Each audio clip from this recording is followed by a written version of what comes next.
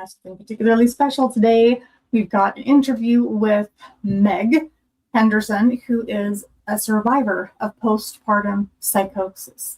And now she is an advocate, and she works with women and for women who have gone through this very same thing that Lindsay Clancy is now facing, or she faced, and she's now on trial for, after dealing with postpartum psychosis, and in the middle of that break, took the lives of her 3 small children.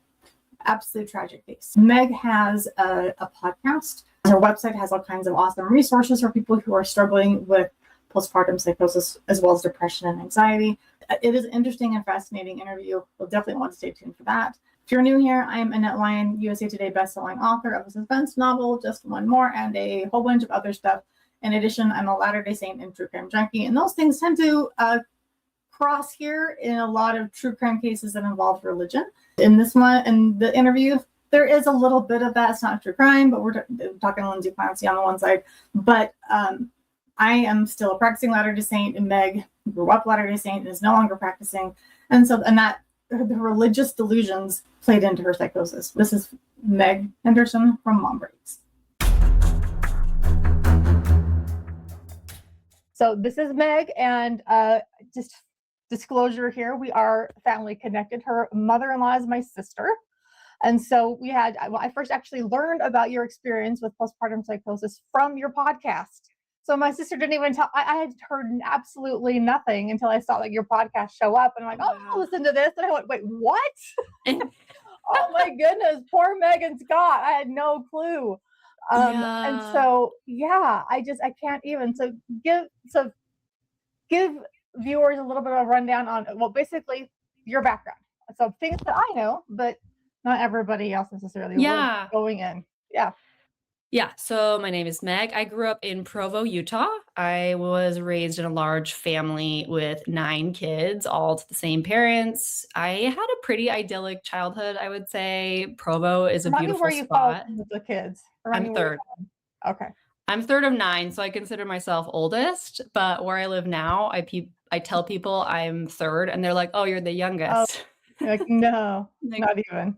So yeah, my childhood I would describe as wonderful, beautiful. We had like a big backyard with a tramp and a zip line, and went on family vacations to California and Lake Powell, and always had someone to play with. There were always kids around. And so great childhood. I really felt blessed in my family. Felt like I came from a wonderful family, especially within Provo Mormonism, pioneer stock, really wonderful grandparents. And I went to BYU for my undergraduate. I studied accounting and business.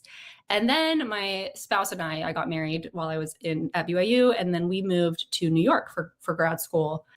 So that's a little bit about me. I did go back to school and I studied cognitive neuroscience and learning theory. So studied learning design, and now I do some freelancing, and then I host a podcast on postpartum psychosis because I experienced it in 2021 after the birth of my second child.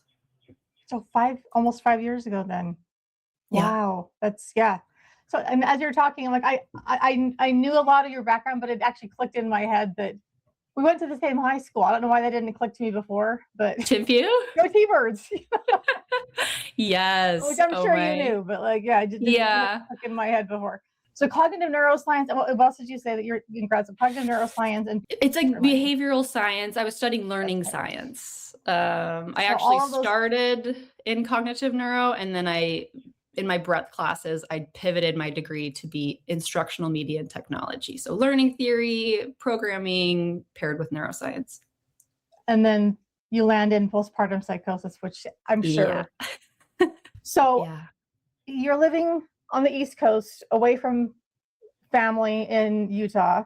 You have one lovely child. Did everything go smoothly with her birth and delivery and all of that? Yeah, things were smooth. I had pretty easy pregnancies for both my babies, and the births I chose to do unmedicated. I wanted to try not having an epidural, and so I was able with both. At the very end, I was like, well, what am I doing? Give me an epidural. And then it was too late. Oh, really? Yeah. Oh, yeah. Oh. But they were both smooth. I had no complications. And I share a little bit on my podcast how there were I was feeling anxious about having support with our first, and it was COVID times. And so there was, no guests allowed in the hospital, and like I had to wear a mask. It was a stressful time to be growing a family. And then I also, we had to fly my mom in. And so I was nervous about, like, what if I go into labor early and then don't have anyone there and I have to go alone and like give birth alone because our daughter needs someone to watch her. But other than that, it was smooth. Mentally, I was feeling a little anxious. Understandably. As you're like recovering, so anxiety was leading up to it. So what is your memory of like some of the first things that were kind of leading into your psychosis? This I don't think was psychosis, but I think it shows how I was handling postpartum. About 2 weeks postpartum, I was doing the dishes, which like even just that is like, why was I doing the dishes on 2 weeks postpartum? I was standing doing the dishes late at night. And that's the part that gets me. Doing dishes by itself, that's just habit. But you're late at night is the part that I'm like. Kids or I think my spouse was putting the older child to sleep, and I was doing the dishes. That's kind of how we do it typically. I cut my hand open doing the dishes, which was a silly thing. And so I drove myself to the ER 2 weeks postpartum. And I was like, that was such a silly mistake. But that kind of shows like I was sleep deprived. I was kind of doing the dishes and like doing all the things still and trying to manage it all because we didn't have extra support. It was just us two, away from family. And so they gave me the Edinburgh Depression Scale at the ER. I remember filling it out and be like, I'm not depressed. I'm a little overwhelmed and I'm sleep deprived, but I don't feel depressed. I'm feeling fine. And then it was like, I got discharged within, they stitched up my hand and I went home. But even then I was like, oh, like I need to get home to feed my baby. Like her feeding's coming up. And like, there are some anxious tendencies that I can remember when I think back on that time. It wasn't until. And yet that's also pretty normal too. You just have a baby. Of course you want to be with your baby and you're concerned about her and you need to feed her and all that. Yeah. I mean, that in and of itself is not like red flags, but in hindsight, you can say, oh, okay. Yeah. So then it was 4 weeks postpartum when we had Mel, your sister, my mother-in-law, come out to help us through Scott returning to work. So he was going to go back to work and I was feeling anxious about managing newborn 3-year-old who was just home for the summer. And so she came out and that is when things escalated, was perfectly when she was in town. And that looked like sleep deprivation. Like I just wasn't sleeping. I was really distressed about a conversation I had had with my brother that week. And I was feeling pretty unsupported there. Sleeplessness was the first marker for me. And I found, as I've talked to other survivors, that is just true. It's very common to have the sleeplessness start. It's a risk factor and a symptom. So it's hard to know like where the line is. The whole Lindsay Clancy case, of course, is what had me reach out to you in the first place to talk about this. And as we're recording this, the trial began just yesterday. And as it turns out, that was actually one of her first things too. No surprise that she couldn't sleep. And then they also showed a picture of her nightstand. And there was a bloody knife, and also there was, there was a sleep spray for your pillow, and like there were sleep aids right along there. And I was like, oh my goodness, I thought of you immediately because I just thought, that's sleep deprivation. She was trying so hard to get to sleep and she couldn't. So sleep is so important. I feel so strongly about good sleep hygiene for everyone now. Like I think one thing I would like to see is less of a like throwing our hands up in the air for new moms and new family or new parents who have a newborn and just being like, well, you're just sleepless, like deal with it. Instead of being like, no, like, yes, you do need to take care of your newborn and it matters. It matters that you also get sleep, because normalizing like, well, you're just going to be exhausted is it can be dangerous. So Yeah, quite literally. I do have a family history of depression. And in fact, it was only just recently it dawned on me that it's actually on both sides, that my mother had massive depression when I was my whole life, but also my paternal grandmother had a complete breakdown, was in a mental hospital as an adult before I was born, but I'd forgotten about that. And so there's talk about whether or not it was actually a suicide attempt and whatnot, but it was definitely on both sides. So yeah, it's so something like interesting. yeah, so I'm always, these types of mental health things are really, I don't know, they're concerning to me. And one of my kids also had a panic disorder. I have a good friend who actually has schizophrenia. So I've been like watching all of these different things and trying, like, learning and realizing how much other people don't know. So I'm hoping to educate a little bit here. So you talked about Mel being there, and on your podcast, on your very first episode, and then also the episode with Scott and his experience. Those are the two that I was kind of focusing on. It was funny talking about like, oh, because Mel likes to talk, and I'm like, yeah, guilty. Like, you get us sisters together and we'll talk till 3 a.m. easy. And so I'm like, that would have been very easy to not realize that now I need to get to sleep, because it's so easy to talk to her late and just go off. And so I'm like, yeah, that would be rough. Not that there's no fault on her whatsoever. No, I love it. We have such great conversations, and I was enjoying what we were talking about, and I needed to be like put into bed. Yeah, but then you couldn't sleep. When you're in bed, you couldn't sleep. So it's just, it's not like a cause of anything, but no, I just kind of laughed absolutely. at that. Okay, did you have a family history of anything like this, or even just anxiety, depression, anything in that ballpark? Yeah, so I think I was just gonna say, it's interesting to hear that you are only just realizing like, oh, I have family history. I wonder if that happens more often than you'd think, because I think when there is something like a suicide or someone struggling with depression or suicidal thoughts, it's not something people are happy to talk about, of course. Like, it's not like, yay, these things, like, let's talk about the family mental health disorders. So I feel like I learned actually just recently that I have a great grandfather who committed. Didn't know that until recently. And I've learned since I had my psychosis that, I have plenty of family members who have been on antidepressants, who've dealt with thoughts, who have managed, anxiety, depression. But it's not something that I was aware of in my youth. It shows that it can happen to anyone, and that we don't know. We don't know. And so many people are dealing with these things and have no idea that other people are. Like, yay, stigma, let's rip that off. So I mean, it's common. Like, depression, anxiety are common. Like, it is. It's common, like, in a little a anxiety, and then like a clinically diagnosable anxiety. Like, mental health is relevant for everyone. And like postpartum specifically, it's like 1 in 5 moms will have something, just like very high. Baby blues are distinct. It's like there's a hormonal dip, and if things persist, then you are not alone. Like, it happens, and there's help. So the cutting your hand was the first big one, and then Mel comes, and then what do you remember spiraling after that? I had a conversation with my brother that was a spiral. It was a stressor. It was a hard conversation, and I shouldn't have been approaching it in that vulnerable time the way I was approaching it. I was like in a spiral about the interactions I was having with him. I was also sleep deprived, like we said.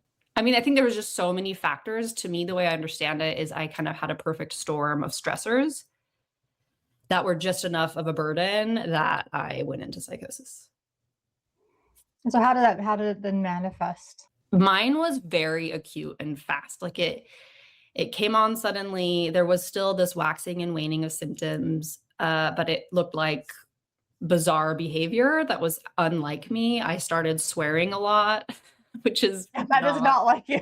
No, I was swearing a lot. I wanted to walk around the neighborhood in just like a thin little nursing gown, like robe thing that I had, but I didn't care. I was like, I don't care if people see me in my underwear. I'm like, I didn't have the same behaviors that I typically do. I was acting outside the norm. I was confused and Inhibitions, disoriented. kind of. Yeah.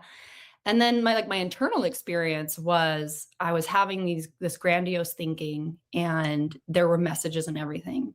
Little things would happen and it would be like, oh, this means that, like, one was for something happened and I realized, like, oh, my baby, I gave her a middle name from my mom's side of the family, and I felt like, you know, there was some trauma there, and that because I had given her this middle name, she was going to commit suicide.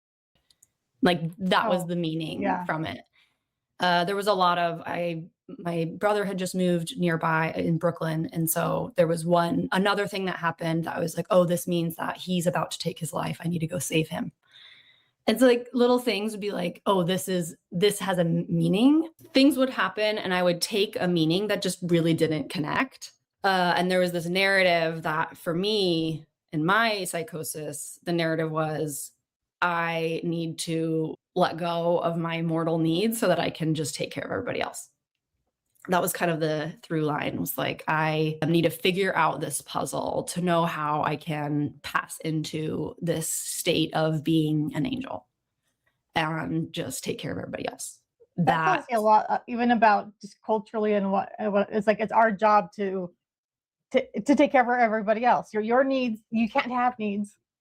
Oh, that's heartbreaking. I just can't even. Like, I can see where your brain would have come up with some of this. In my head, and again, this is like, it doesn't make sense. Now I can look back and be like, that was delusional. It was, these were delusions. But the idea of, like, I drank so much water. I was drinking so much water and I wasn't eating. I lost a lot of weight. Like, all the baby weight was gone. Like, within a few weeks postpartum. And I thought, like, oh, and for me, the water was the living Christ. I was drinking, like, essentially like Christ. I was like, just give me more of the power of Christ and I will be able to be toggled into, so translated being, like, in Mormonism, there are, like, the myth of the Nephite, the 3 Nephites, these beings who live among us who are not mortal, but can, like, navigate the world and interact with the world and do good in the world. Help. Yeah. So it's a little different than an angel. Some people would think of it, because an angel almost implies that you're dead, but you'd still be here with your body and helping other people or whatever. And it's fascinating that your brain would take a symbol like the living water and be like, oh, this is literal. This is, I drink enough water. And I'm almost worried now, like, you could have had, like, water intoxication, because that's a thing, you know, that's the scary thought as well. It's also hormonal. I'm forgetting the word. There's a word for it. Excessive thirst. It's a hormonal symptom. And I did not know that. Yeah. So I know now that is a symptom of mental health, excessive thirst. And I was, like, constantly thirsty. And so postpartum psychosis, one of the hallmarks of it is that it is tightly tied to postpartum, like a postpartum hormonal changes. It can be tied to breastfeed, stop weaning breastfeeding. You can have psychosis. And so, like, dips in hormones can be one of the factors that can have a role. I had no idea that thirst was one of those too. But, like, hormones by themselves make perfect sense. I had no idea the next step. That's wild. Did you have any I know you had delusions. Did you have any hallucinations? The one I can remember is visual. I don't remember ever hearing things. For me, it was more like the meaning. It'd be like, oh, this means something. So taking messages. But the visual hallucination that I remember was one day I think Scott was trying to work, and this was, like, the ramping up of the crazy. And so he stopped working. He was working at home. Working from home. This is 2021. So he's working from home in his first week back after a month of paternity leave. And I am all over the board. And so he stops working and he's like, you need to go in and take a nap. I mean, it was the middle of the day, so it was light outside. We had some curtains, but I remember there was light coming in from the curtain. And I was closing my eyes and trying to sleep. But the light was, like, coming in a way, I think there was wind outside or something, because the light was coming in a way that when I closed my eyes, it looked like curtains. Like, I was seeing curtains that I needed to go through, die. Like, I was going to go through these curtains.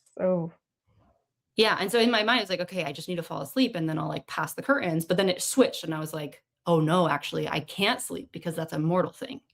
So I need to not sleep.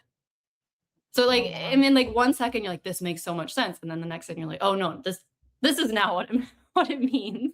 So that was the one where I closed my eyes and I could see these like curtains. I didn't really have, while I was walking around, that I remember anyway. I don't remember seeing things that other people weren't seeing. I was just curious about that since, again, my friend with schizophrenia, learning about some of his hallucinations and delusions, it's been a fascinating journey with him as well. I asked Mel, like, what was somewhat of her experience watching things, and she said that the moment for her where she was like, oh no, something is really wrong, is when, I guess, you went into the bedroom to feed the baby, and you said, oh, would you grab me this something? She doesn't even know if it was like a blanket or a binky or whatever it was. Would you go grab this thing? And she goes, sure.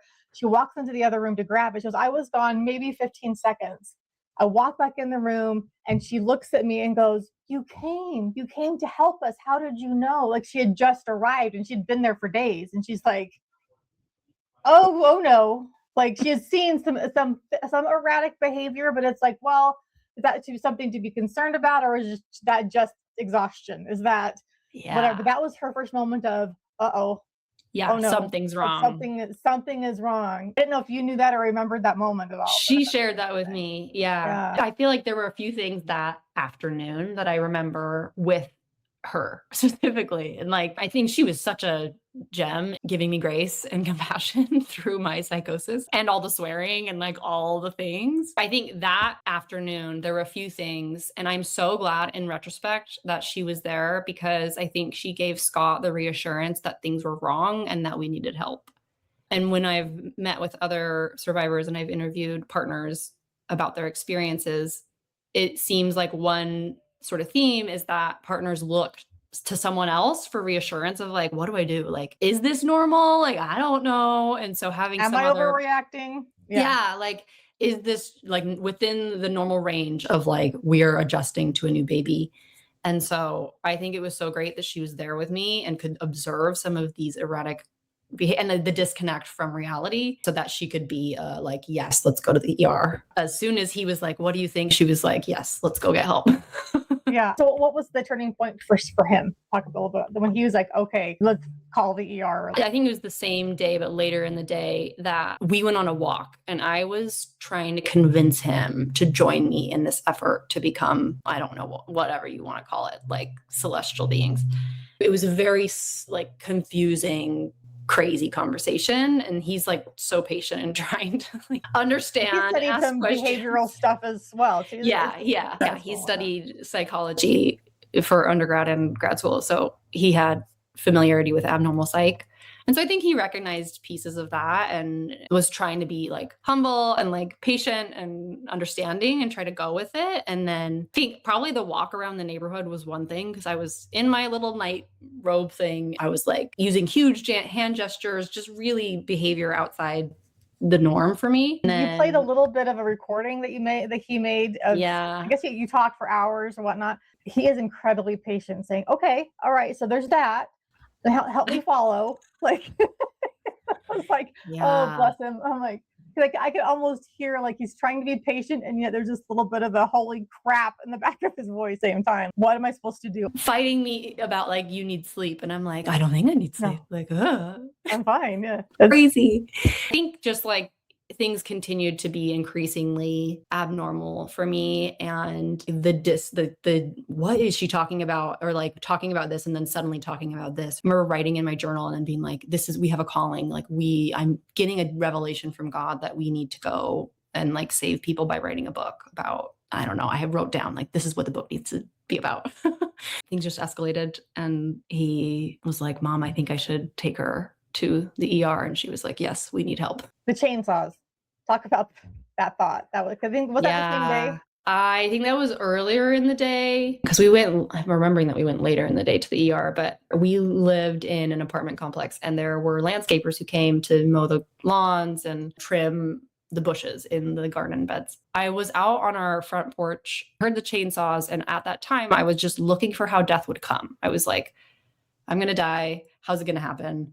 The chainsaws are coming for me. The landscaper is going to come over here and take my life with a chainsaw. And I think there was something in the same moment on the porch there where Scott came out, and I had said that I was scared of Mel. Which is ludicrous. So there would be no reason to be scared of her. But I was like, we can't trust her. Like, she's like just very paranoid. So some paranoia coming through. And Scott was like, okay, like, let me go talk to her. And so I think there was another, like, this is so abnormal and bizarre that was paired with the chainsaw. Did you feel fear, or was it just like, that's how it's going to happen? Yeah, not fear. It was more like, oh, that's it. That's how I'm going to die. Wow. Once you hit psychosis, it wasn't just, it would kind of ebb and flow. Like there were moments of lucidity. Is that right? Even remotely? Yeah. Some of the one kind of defining thing is that there's a wax and wane of symptoms. So you can be in full hallucination and then the next moment, like, have a sane conversation. And I think part of that is there's this internal narrative that you might not be disclosing to the people around you, and probably because of the narrative. I know one gal who was convinced she was being pursued by a cult. And so she was like not disclosing this delusion because if she did, they would get her. So the delusion can feed into the paranoia. That was something that really jumped out at me when I was watching Lindsay's trial, was how much the prosecution kept bringing up ways that she was acting normal. She went to a children's museum and she could handle knobs and buttons. And I'm like, what does that have to do with anything? You know, she was able to text her husband. And I'm like, that has nothing to do with whether she was psychotic in the moment these things happened. Yeah. And so I think people just think that once you're psychotic, that's it. And then you're also not only psychotic and that's it, but maybe you're like a zombie and can't do anything else. Like, I remember I went and picked up Chipotle for us, like the day I was driving a car. I was driving a car. I filled up the car with gas. And I remember being like super talkative at the gas station with the gal next to me and just being like I was like kind of elated. I was calling a good friend. I called my brother. I was like talking constantly on this drive to Chipotle. And looking back, I'm like, I could have gotten a wreck. Like, I was not in my right mind. And I was driving around like in psychosis. I was actively having these symptoms.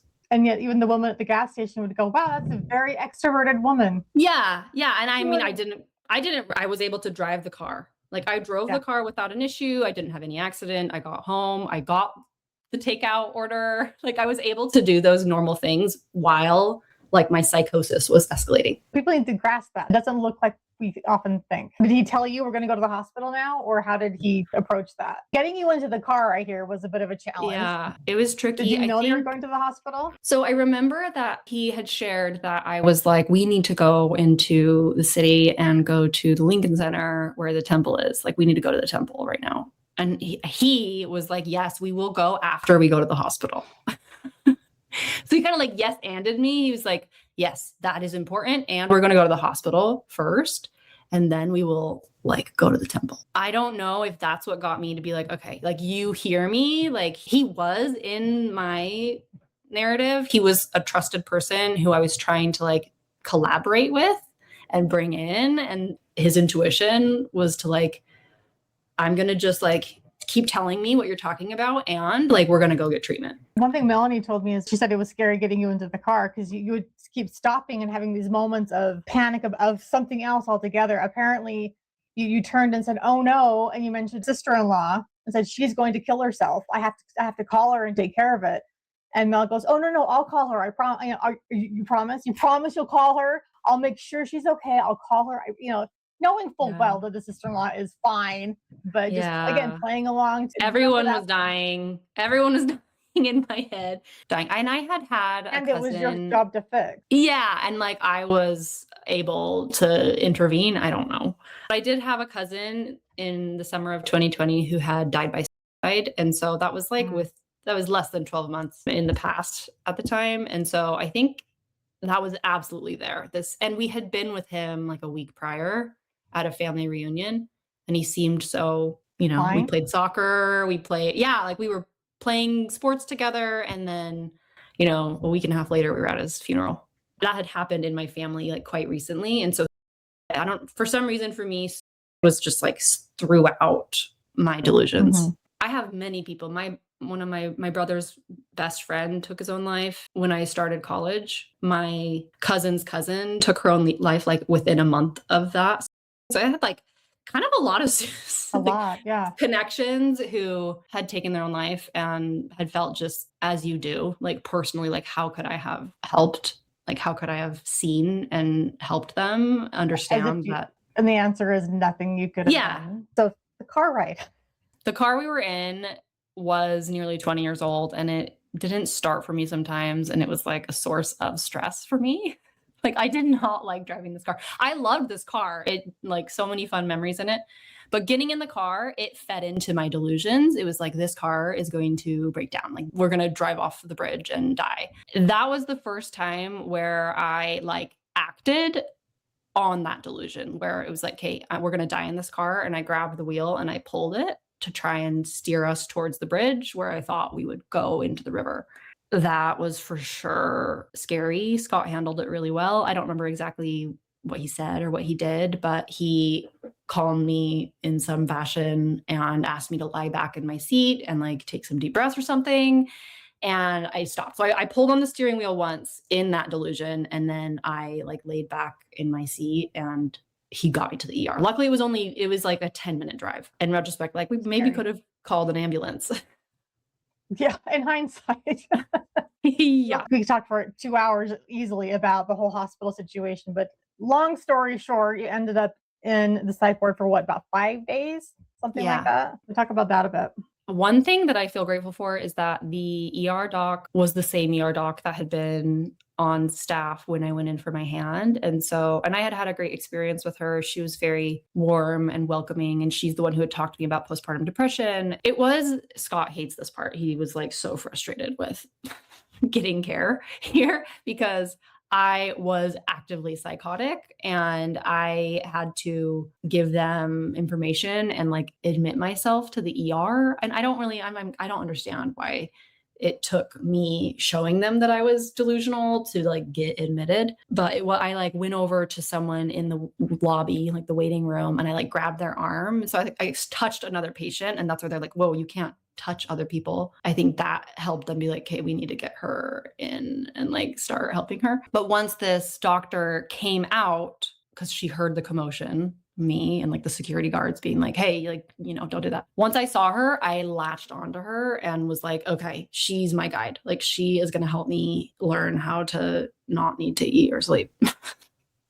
So I trusted her and she took me back, and then she gave me an injection in my arm of, I'm pretty sure it was Haldol, so an antipsychotic that put me out. And so I was in an induced sleep of sorts for several hours in the ER. And then when I woke up, Scott helped me. I was still delusional and I was still in psychosis, but I was a little bit less like trying to touch people. Like, I was just in my room as well. So like fewer factors to be considering or like interacting with. But he helped me sign a sheet to get admitted to the psych ward on site. And so I was admitted to it was just a general psych ward. In my head, when he wheeled me up to the psych ward, this was the last time I was going to see him. That was the like turning point of like, okay, I failed in getting him on board because he's not joining me. And so now I'm on my own in this quest. I remember that is how I made sense of him crying when he like had to leave at the double door. He like brought me to they took me into like the locked doors. I saw him and I was like, he's sad because like we are never going to see each other again. And this is the end, that you're going to die or something like that.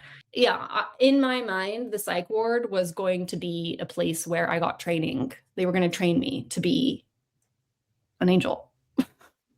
It's amazing to me that, and how maybe just fortunate, whatever, that your psychosis was a flavor, shall we say, that allowed you to trust certain people rather than everybody's an enemy. It was like, oh, this doctor will help me. Yeah, she will, just not the way your delusion is saying. Yeah. But you weren't fighting some of those things. I'm just so grateful for whatever reason it was that you had people that your delusion would trust. I didn't realize how, I don't know if it's like lucky, but like unique it was that my delusions fed into like, oh yeah, okay, you say I need to take this pill, I'll take the pill. So I was like eager to take the medication and eager to, whatever they wanted me to do. I was like, okay, like, let's do this. Let's do it. So what was the psych ward itself like? It was what I needed.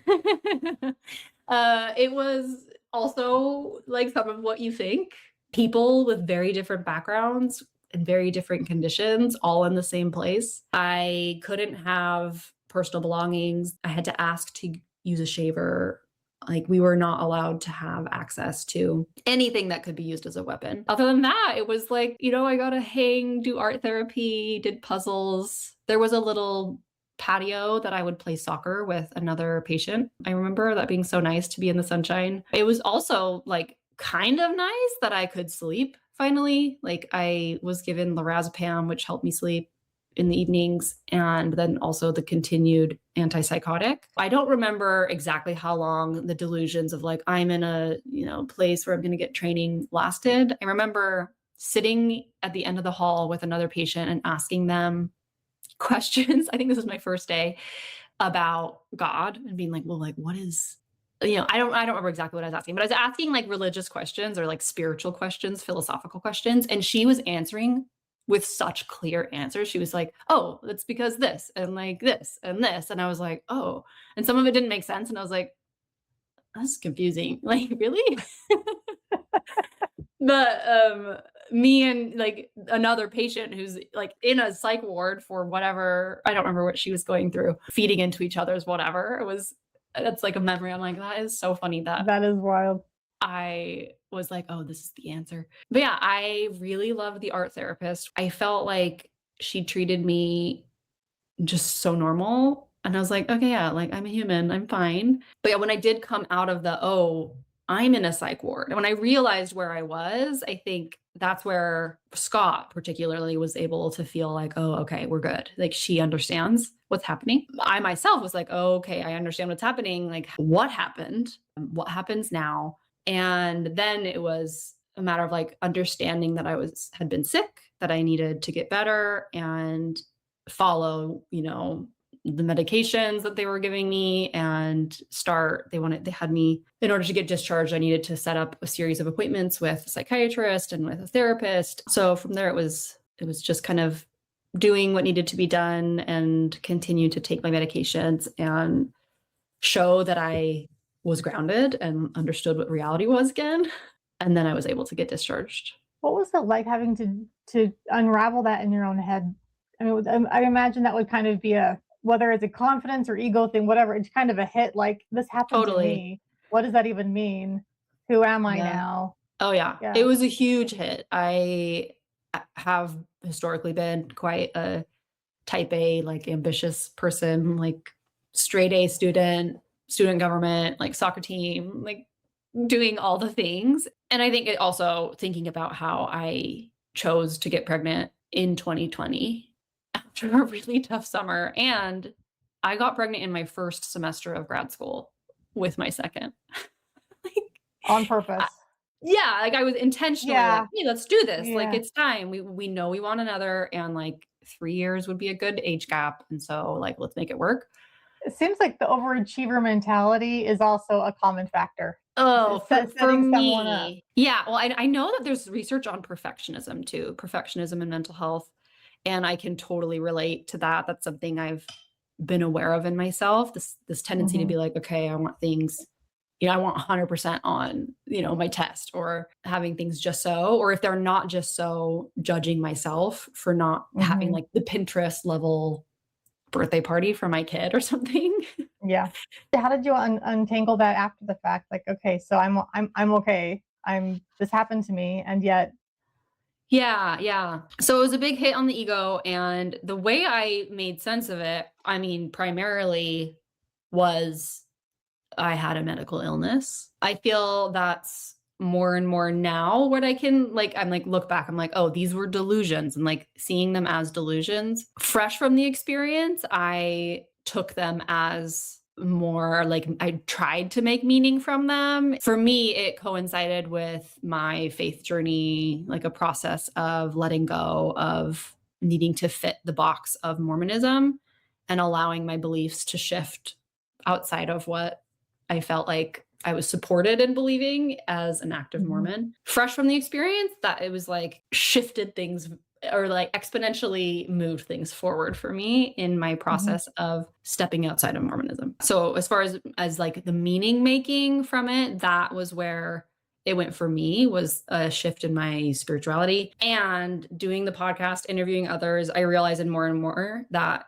it is really healthy and there are good outcomes for people when you can recognize a delusion for a delusion that came from a medical illness and not necessarily like meaningful. That's huge, actually.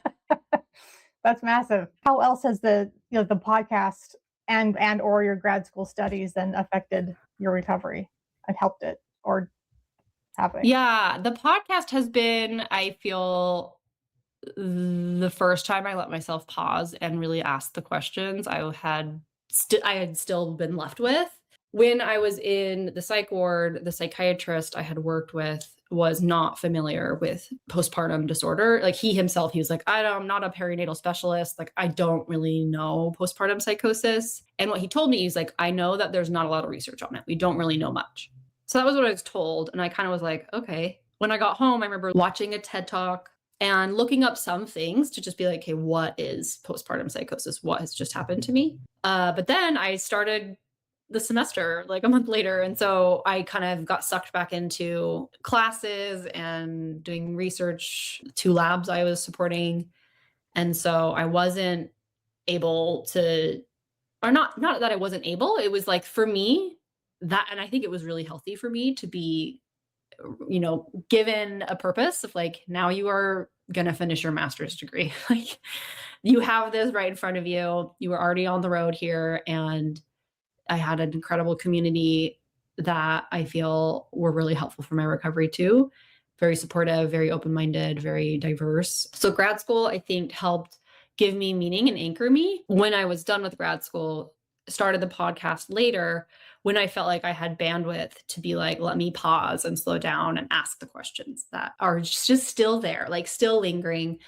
So the podcast has been super helpful to be able to have a medium to talk to other people about our experiences, talk to specialists about some of these questions, and untangling some of the misconceptions and laying out like what we do know about postpartum psychosis, because we do know many things about postpartum psychosis.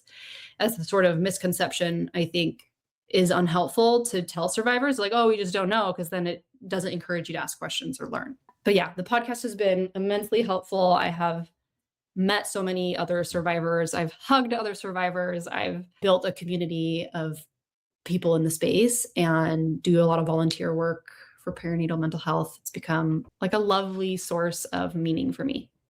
So once you were discharged, that was pretty much, I mean, your psychosis hasn't returned at all, is my understanding. Is that correct? Yeah, I was discharged and I was really nervous about sleep. That was like the big thing that I was left with, was like, okay, I didn't sleep and I lost my mind. It is important for me that I get sleep. I had a bit of anxiety around that, around if I didn't get good sleep, feeling like, can I trust my thoughts? Like, is it going to happen again? How do I make sure it doesn't happen again? But no return of symptoms. I have not had any relapse since, which is fantastic. What advice would you give to women who are afraid of potentially getting something like this? One thing I would say is just a reminder that mental health is relevant for everyone. Even now, like in any stage of life, we can have symptoms crop up, and that is fine and normal, and you're not alone, and it's okay. I don't know that fear is helpful, other than, I guess, if you know you're in a high risk group, put a plan in place to protect yourself, have a mental health plan. You're going to have a baby, there is just a really increased risk of all sorts of psychiatric needs. Like it's a vulnerable time to have a baby. And so I don't think if you are worrying a lot, I would say talk to a psychiatrist, get a psychiatrist and talk to them about your worries. Because if you are pregnant and you are anxious, that is a predictor of your mood when you give birth. And so get help now. I don't know. My opinion is that everybody should have a psychiatrist in their back pocket to talk about with whatever it is. If it's like, this thing happened to me, and if it's like a specific thing, or if it's like, I suddenly am not sleeping well, help me understand why. I am such an advocate for having good care and leveraging a team of specialists to give you good health. Yeah, I think if someone's feeling fearful about getting a postpartum psychosis or any other, psychiatric condition, I would say talk to a psychiatrist. Like, go get care, and they can talk to you about what is excessive worry, what is normal, what to watch for, and they can help run labs, they can draw blood, they can look at if you have any thyroid issue or imbalance at all that you could target with even just supplements. Like, there's so many ways to go about improving your health. And so I'd say use your healthcare team. Well, I've seen with the whole Lindsay Clancy situation, I've seen a huge uptick in things I've seen, at least on social media, of people speaking out against medication specifically. Oh, she was on 13 different things, and that's what caused it. Over medication. We should not be taking medications. It messes with your brain. So that's something that's frustrating for me to listen to. Mm-hmm. What are your thoughts on that? Yeah, I think depending on the person, there are some groups of people who are very anti-meds, and it makes sense. Like, there are side effects, and sometimes those side effects are worth the gains of the medication. And so my thoughts on medication are, it is one of many tools that can help you get to baseline. I'm very pro lifestyle changes paired with medication, paired with whatever plan your providers are recommending. If you don't like what your providers are recommending, I would say continue to work with them while you get a second opinion. Like, don't have a gap in care, but always, like, if something's not sitting right, then go talk to someone else. Go find another provider who can work with you on a plan. You can tell your provider you don't want medication, and they can help you approach that. And they can also flag risks of, like, okay, really, or talk through, oh, I'm worried about a side effect from an antidepressant. Like, they can talk to you about what those are, what alternatives there might be, and like help either like ease your mind or whatever it is. I would say I don't know all the details of what happened to Lindsay. I don't know what she was or wasn't taking. So I can't say like if medication, I don't know. But I can say that medication can be life-saving. Like, I think it's what I attribute to coming out of my psychosis. One thing I think is really interesting is how some people will be so anti-prescription medication, but then like down, supplements that are like not regulated, and they're not regulated, people. Yeah. And like also don't actually know what's in it. Also manufactured in a way and like have natural components, but also a lot of medications come from natural components and like are based in science on chemicals that we've studied or, neurotransmitters in our brain, and their ways of blocking certain receptors. They're not fake or like chemicals or, like water are chemicals. Everything is chemicals. So, people need to, I'm right there. I think medication can absolutely be life-saving and is. I would be wary of any media or I guess doctor who has like sweeping statements, like always, like medication is never, or always or never is like question. Like, I think care generally is not one size fit all across disorders, like across not just mental health disorders. Like, if you have a certain genetic predisposition for, I don't know, blood clotting or something, like that is relevant for your care team, and they might approach something in a different way than someone who doesn't have that. And that's the same for mental health. If you have a certain family predisposition for depression, like you can also run panels, and they can, based on your genes, say which medications are likely to be most effective. And so for you and your DNA, I've heard that this is a little controversial, like whether blood tests with medications is needed or necessary, but I know that you can do it, and you can. It's a tool.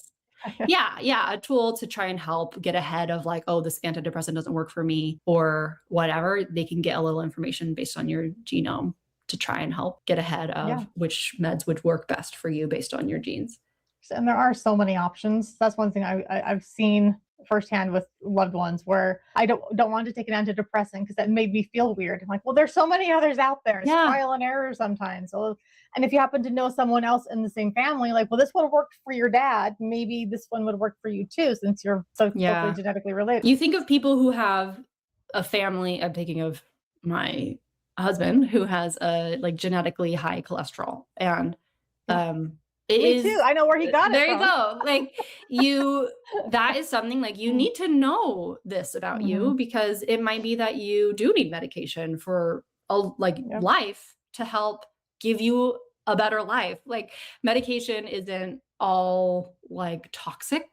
I think that is, I mean, if you're concerned about a specific side effect, talk about it to your provider, like voice it. If you feel a side effect, talk to them and keep trying, like you're saying. Is there anything else that you'd want to share, like about your experience or just telling other people about postpartum psychosis or anything else? On misconceptions, I think I mentioned the one, like, we don't know anything about postpartum psychosis. I think that one needs to be debunked. There is less research and fewer grants for postpartum psychosis because it has a lower occurrence. But we do have statistics. We have active research studies, publications each year. Like there are researchers focusing on this and giving us information on treatment and different genetics, and like there are people working on this. So that's one. Another is that women are violent in postpartum psychosis. It is true that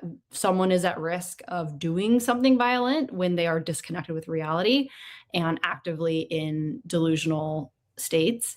So there's a risk. And I've also heard of survivors being turned away from care because they're not violent. It would be like, and there's a statistic that it's 4% of untreated or improperly treated, maybe, postpartum psychosis cases involve infanticide. It is not common for that outcome. That's not the norm, but it can happen. But and that also shouldn't be the bar for getting help either. Yeah. That is bonkers. It's almost like, well, to help you only if it means that you won't hurt somebody else. Right. Like, oh, are you thinking about hurting your baby? No. Okay, then it's not psychosis. It's like, no. No, not even. No. The other is that postpartum psychosis is rare. It is less common, but in the advocacy space, we are trying to get rid of that word because it makes it feel like it's something that doesn't need attention or people to think about. It has similar occurrence rates to cerebral palsy or Down syndrome, 1 in 1,000 babies. These things are things we talk about and, are in genetic panels that you might run. So it's relevant. And so it's a smaller occurrence, but it still is, hundreds of thousands of people being impacted each year because there's a lot of babies born each year. And so rare is a word trying to avoid. And then we already kind of touched on this, and this is relevant across conditions, but the idea that someone who has psychosis had like a character flaw or something that it was their fault somehow. It's a medical condition brought on by a series of factors, including hormonal changes. And it's not a sign that someone is a bad parent or that they're weak. That's something that I've had to really process and let go. It's like, I didn't fail. This happened to me. So those are some of the misconceptions I had noted down. The one thing I wanted to share, I was reading an article I had saved a while back it's from the New Yorker. It's about Lindsay Clancy. They do a pretty good job of talking about kind of the sequence of things. So I was just refreshing on the timeline for her. And they shared an interesting thing that I thought was really important to spotlight, which is there have been a lot of cases of postpartum psychosis with similar outcomes that haven't gotten the same coverage as Lindsay Clancy. And I mean, I think there's a lot of reasons for that. And I think it's also important to notice that in the same year, there were a couple other cases that didn't make national news, and they happened to be lower class and or Black. And so I'm part of that is resourcing of the family to be hey, let's get experts. Perhaps, I don't know. I actually don't know for sure what socioeconomic status was, but that's something that as I was reading this article, I was like, wow, that is important to talk about. It's how much attention and resource are we giving people of all backgrounds? And I think Lindsay Clancy's case has brought attention to this. And I know that Massachusetts has, I don't know exactly where it is in the process, but there's an active legislation process happening to try and get a law in place that is similar to a protection in the UK that we don't have here, that protects moms in the first 12 months and requires psychiatric evaluation and treatment. So that instead of going straight into the criminal system, a mom would get psychiatric care. That would be huge. Yeah. I don't know. I don't know how much of Lindsay Clancy's experience has driven the Massachusetts work, but it's only Illinois has this law, and now Massachusetts is in the process. Those are the two states that are trying to create this so that it's not just the insanity defense is like how they typically approach it in the States. Yeah. Well, and then I'm also thinking that any woman in Idaho needs to watch out because there is no insanity defense in Idaho. That's the one state that doesn't have it. And some people think that the insanity defense is like a get out of jail free card, which it's absolutely not. And it doesn't work terribly often, but it's in place for cases like this. But I'm like, it just makes me so sad that Idaho doesn't even have that as an option for a woman who's in this kind of situation. So I didn't know that. it's tragic. Yeah, it's wild that each state has its own like hoops, and like each state can be a totally different mix for a criminal case to navigate. And so, I mean, ideally we can just help, treat early, educate, reduce occurrence. But if it does happen, and if tragic outcomes do happen, it would be nice to also have protections in place to help moms get care and have experts right by her side through the whole process. Well said.